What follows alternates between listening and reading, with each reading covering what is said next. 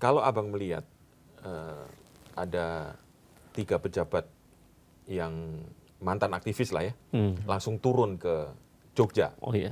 Itu kira-kira apa di mata abang ini apa nih? Apakah mereka terlambat atau memang diutus khusus untuk menghadapi gerakan mahasiswa karena mereka dulu aktivis atau seperti apa nih, Bang? Iya.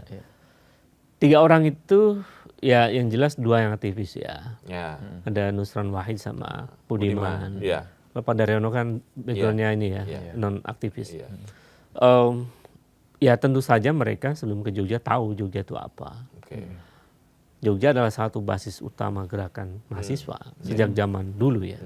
Jogja, Jakarta, Makassar, Ya. ya kalau di Sumatera, di Medan dan sebagainya lah ya. Dari situ tentu mereka tahu. Dan analisis terakhir kemarin kan sebelum mereka diskusi ada Gejayan memanggil dan lain-lain begitu.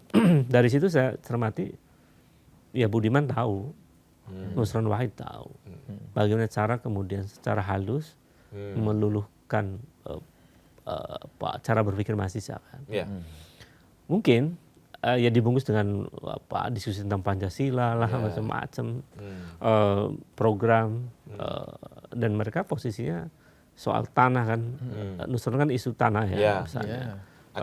Agraria, kemudian Budiman soal kemiskinan dan lain-lain. Itu sengaja saya kira mereka punya tujuan untuk mengajak mahasiswa dan mungkin merubah persepsi mahasiswa terhadap pemerintah. Tapi mereka tahu, maksud saya mereka tidak memahami lebih detail tentang apa yang sesungguhnya terjadi di mahasiswa sekarang. Mereka berasumsi dengan cara begitu akan diam gitu menurut. Dan termasuk juga elit kan berpikir bahwa kalau aktivis semua jadi pejabat nanti nggak ada lagi yang demonstrasi gitu kan. Jadi demonstrasi itu apa ya, saya mau katakan mahasiswa itu demonstrasi itu bukan karena senior. Jadi tidak bisa mengendalikan aktivis senior lalu kemudian mahasiswa di bawah juga dengan mudah diam begitu. Karena kan ini soal ide. Jadi ide dan konteksnya. Jadi ide yang menguatkan mereka bergerak dan konteks sosial politik yang menguatkan mereka bergerak. Jadi kalaupun senior mengatakan jangan demo, tapi secara sosioekonomi mereka tetap saja orang tua saya menderita kok gitu. Gimana saya nggak bergerak? Bergerak orang UKT naik tapi nggak punya dan macam-macam lah. Jadi itu konteks itu yang membuat mereka bergerak. Artinya kalau mereka berpikir, mantan aktivis yang jadi pejabat ini, berpikir bahwa bisa mengendalikan dengan cara seperti mereka dulu menjadi aktivis, itu sudah tidak relevan? Tidak relevan. Setiap zaman dan anak-anak muda pasti selalu respon dengan apa yang mereka alami. Ini kan dari zaman Jokowi juga kan. Semua aktivis direkrut, tapi demo terus terjadi. Episode ini sebenarnya lebih parah sekarang karena dari kubunya Jokowi masuk di kabinet juga aktivisnya. Lalu dari kubu Prabowo yang para aktivis masuk juga. Dari kelompok kanan maupun kiri ya kan. Kan masih kita ingat ada yang buruh ada Jumhur, Said Iqbal, ada Saganda, ya kan, kemudian ada Budiman, yang agak kiri kan dulunya ya, sekarang agak kanan kiri kan, gitu. Itu ada Nusron ya kan, yang basisnya keagamaan. Itu dengan harapan agar mahasiswa mungkin mereka ya berharap, ini dugaan saya. Bisa benar bisa salah, tapi saya yakin mereka berpikir bahwa dengan aktivis banyak direkrut di lapisan kekuasaan itu supaya mahasiswa diam gitu. Ternyata hipotesa itu salah. Salah ya? Salah, keliru. Jadi yang terjadi kan kemudian tidak. Bahkan mahasiswa terus bergerak. Karena mahasiswa juga paham bahwa negara ini memang sedang sakit. Bayangkan Mas, orang lagi lapar, butuh makan, uangnya dikorupsi. Betul. Itu kan bantuan sosial sejenis itu. Itu bisa dihukum mati sebetulnya. 1 triliun per bulan. Orang yang mengkorupsi bantuan untuk rakyat itu hukumannya berat. Hukumannya berat. Bagaimana mahasiswa nggak marah gitu. Ini belum yang korupsi lainnya. Jadi memang korupsi musuh besar yang merusak republik ini. Belum lagi mahasiswa juga kaget tiba-tiba undang-undang kepolisian disahkan dalam waktu yang sangat singkat. Mereka pikir bahwa undang-undang dirubah untuk kepentingan rakyat banyak. Ternyata untuk kepentingan nambah usia pensiun. Dan sebagainya. Kan, ini di tengah orang lagi ekonomi lagi memburuk, tiba-tiba mengesahkan undang-undang kepolisian. Ini apa? Jadi reformasi kepolisian itu ya akhirnya rusak, nggak terjadi. Gitu. Jadi banyak hal yang membuat mahasiswa marah. Bang, di tengah-tengah tadi yang Abang bilang banyak sekali aktivis yang direkrut ya oleh pemerintah saat ini. Apakah tidak bisa membaca gerakan ini lebih dalam sebenarnya? Mereka-mereka ini ya, kalau kita lihat dari POV-nya mereka gitu ya. Sebagai yang dulunya aktivis terus sekarang jadi pejabat gitu kan, di dalam gitu, terus kemudian lihat ada gerakan gitu, apakah POV dari mereka itu seperti apa sebenarnya, kok seolah-olah kok tidak bisa membaca itu gitu? Ya mereka ini kan sibuk, mestinya sibuk dengan program ya. Iya. Bagaimana menjalankan program dan mengevaluasi program lalu memperbaiki program. Iya. Tentu sebagai pejabat birokrasi dia mesti konsen di situ kan. Iya. Sementara dunia aktivis itu juga perlu riset. Mereka, dugaan saya memang tidak punya riset yang kuat tentang gerakan mahasiswa sekarang. Bisa juga punya kaki-kakinya, intelnya mereka gitu kan, kampus-kampus. Tapi kan mahasiswa yang paham gerakan, dia tidak mungkin dengan mudah bisa dibaca. Kaki tangan. Itu nggak mungkin, atau tidak mudah begitu.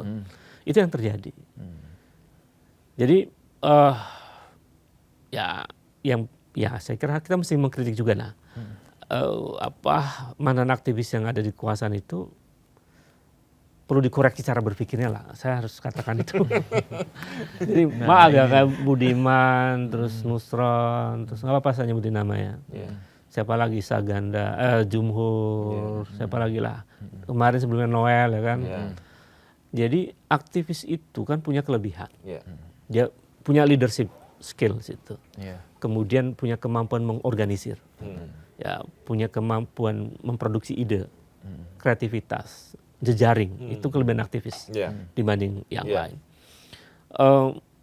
Tetapi ketika aktivis masuk dalam kekuasaan, ini pola pikirnya ini perlu dikoreksi nih. Karena cenderung berubah di situ. Jadi aktivis secara idealitas ya, ketika dia menjadi aktivis lalu menjadi bagian dari kekuasaan, dia mesti membawa ide yang dulu dia perjuangkan dong. Bahwa dulu mereka memperjuangkan demokrasi, ketika masuk kekuasaan ada demokrasi yang melenceng, dia harus masuk kritik dari dalam dong, evaluasi dari dalam. Ya kan itu yang harusnya terjadi. Ada soal ekonomi, lakukan perubahan kebijakan dari dalam. Yang terjadi kan kemudian yang saya cermati ya, mereka sih mengklaim berusaha untuk memperbaiki dari dalam. Tapi ketika kekuasaan itu melenceng, yang parah kan mereka kemudian membabi buta membela tuannya ini. Jadi yang harus dilakukan aktivis itu membenahi dari dalam, bukan membabi buta membela tuannya. Itu yang menurut saya salah. Apalagi kemudian pembelaannya dikonsumsi di area publik misalnya. Jadi menurut saya itu bukan aktivis. Aktivis yang sebetulnya itu dia akan terus membawa idealismenya untuk memperbaiki keadaan. Dan ketika kekuasaan itu melenceng, dia tidak punya otoritas moral untuk membela melencengnya kekuasaan itu. Kan mestinya nggak begitu, Thomas? Iya, betul. Berarti kita sebutnya mantan aktivis harusnya. Iya betul. Itu mereka para mantan lah ya. Tapi semestinya gini ya Bang ya, pemerintah ini kan juga orang-orang pinter banyak di situ, punya kekuasaan, punya kewenangan. Tapi kok cara membacanya masih tidak berubah ya terhadap tuntutan masyarakat yang sangat dinamis. Bahkan dulu sudah ada demo pertama ya, yang besar. Terus kemudian mencoba melakukan penyesuaian dengan tuntutan masyarakat publik yang melalui mahasiswa. Tapi sekarang kok muncul lagi gitu. Ini kan rezim yang rusak, Mas. Saya harus katakan itu ya. Jadi sejak awal itu bermasalah. Sejak dari awal ya? Saya pernah menyebut pemerintah ini membawa cacat bawaan. Itu problemnya. Jadi nggak bisa dia melakukan perubahan radikal. Misalnya contoh korupsi saja. Oke. Mahasiswa dan rakyat banyak semua membenci korupsi lah. Iya. Lalu Prabowo mengatakan bahwa akan mengejar koruptor sampai ke Antartika gitu ya. Tapi saya cermati enggak kok. Kan gitu. Bahkan ada yang masih bagian dari lapisan istana yang nilai korupsi dari ekspor gelap yang soal nikel itu dan macam-macam lah ya. Nilai ratusan triliun. Betul. Oh, mereka masih ada di sekitaran istana. Saya harus katakan itu ya. Mereka masih ada di lingkaran istana, bahkan ya, bisa konferensi pers ya, dengan gagah seolah-olah memperjuangkan rakyat. Nggak bisa ya itu kayak itu. Saya bilang, kenapa nggak dilakukan gitu?